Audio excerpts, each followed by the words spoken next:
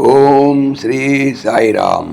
శ్రీమద్ భగవద్గీత 7వ అధ్యాయంలోని 2వ శ్లోకం గురించి ఈరోజు తెలుసుకోబోతున్నాం.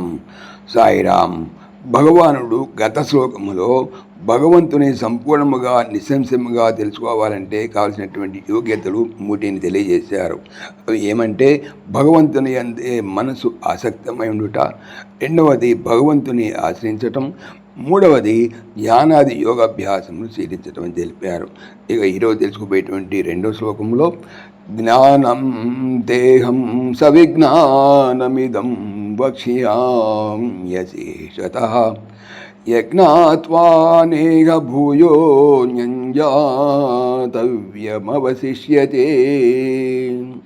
యత్ దేనిని జ్ఞాత్వా తెలుసుకున్న పిమ్మట ఇహ ఈ ప్రపంచమున భూయ మరలా జ్ఞాతవ్యం తెలుసుకొనదగినది అన్యత్ మరి ఒకటి నా అవిశిష్యతే మిగిలి ఉండదు. ఇదం అట్టి ఈ సవిజ్ఞానం అనుభవ సహితమైన జ్ఞానమును అశేషత సంపూర్తిగా తే నీకు వక్ష్యామి చెప్పేదను. దేనిని తెలుసుకొనినచో మరలా ఈ ప్రపంచమున తెలుసుకొనదగినది మరి ఒకటి మిగిలి ఉండదో అట్టి అనుభవ సహితమైనటువంటి జ్ఞానమును సంపూర్ణముగా నీకు చెప్పేదను. ఇక్కడ భక్తునిపై భగవంతునికి ఎటువంటి అవ్యాధి కనుగలదో ఈ శ్లోకం తెలియజేస్తున్నది. భక్తులకు అర్జునులకు భగవానుడు విజ్ఞాన సహితముగా జ్ఞానం ఉపదేశించబోతున్నారు.